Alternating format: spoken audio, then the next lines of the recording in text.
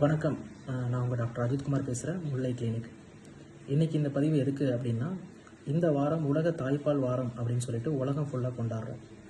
August 1லேருந்து August 7ஆம் தேதி வரைக்கும். இன்றைக்கி நம்ம தாய்ப்பால் எப்படியெல்லாம் கொடுக்கலாம், எந்த டைமில் கொடுக்கணும் அப்படிங்கிறத பற்றி பார்க்க போகிறோம். ஃபஸ்ட்டு தாய்ப்பால் எப்போ கொடுக்கணும் அப்படின்னா, குழந்தை பிறந்து 30லேருந்து 60 நிமிஷத்துக்குள்ளே தாய்ப்பால் கொடுக்கணும். ஏன் அப்படின்னா, குழந்தைங்களுக்கு அப்போ தான் உறிஞ்சும் சக்தி அதிகமாக இருக்கும். அது மட்டுமல்ல, குழந்தை பிறந்த உடனேயே தாயின் மார்பகத்திலிருந்து மஞ்சள் நிறமான சுரப்பு இருக்கும். அதை கூட நம்ம சீம்பால் எப்படின்னு நம்ம சொல்கிறோம். அது குழந்தைகளுக்கு ரொம்ப ஆரோக்கியமானது. இங்கே வர பேஷண்ட்ஸ் கூட சொல்லுவாங்க, எனக்கு தாய்ப்பால் இல்லை சார், தாய்ப்பால் குழந்தைகளுக்கு நான் 3 மாதம் தான் கொடுத்தேன் அப்படிங்கிற மாதிரிலாம் சொல்லுவாங்க. அதுக்காக நான் மாட்டுப்பால் கொடுத்தேன் அப்படின்னு சொல்லுவாங்க. மாட்டுப்பால் கொடுக்கறது குழந்தைங்களுக்கு அலர்ஜி ஏற்படுத்தும், பேக்கெட் பால் அலர்ஜி ஏற்படுத்தும். அதனால் குழந்தை பிறந்து 6 மாதத்துக்கு கண்டிப்பாக தாய்ப்பால் கொடுக்கணும். 6 மாதம் கழித்து நம்ம சிறு உணவுகள், இப்போ வாழைப்பழமாக இருக்கட்டும், ஃப்ரூட்ஸாக இருக்கட்டும், இல்லை உணவுகள் சிறுதானிய வகைகள், இதெல்லாம் நம்ம சேர்த்து நம்ம கொடுக்கலாம். கிட்டத்தட்ட 1 வருஷத்துலேருந்து 2 வருஷம் தாண்டியும் இங்கே தாய்ப்பால் கொடுக்குறவங்களும் நிறைய பேர் இருக்காங்க.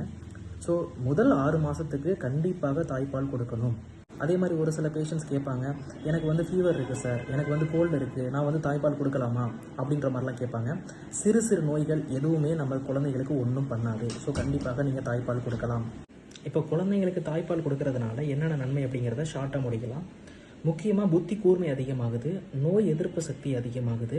அதே மாதிரி குடல் சம்பந்தமான பிரச்சனைகள், ஜீரண கோளாறுகள் இதெல்லாம் இல்லாத வண்ணம் தாய்ப்பால் கொடுக்கறதுனால நமக்கு நன்மை ஏற்படுது. அதே மாதிரி ஊட்டச்சத்து குறைபாடுனால ஒரு ஆண்டுக்கு ஏன் ஒரு மாதத்துக்கே நிறைய குழந்தைகள் இறந்து போகிறாங்க. ஸோ அதை நம்ம தடுக்கிறதுக்கு முக்கியமாக கண்டிப்பாக 6 மாதம் கண்டிப்பாக தாய்ப்பால் கொடுக்கணும். அது குழந்தைகளுக்கு மிக மிக நல்லது.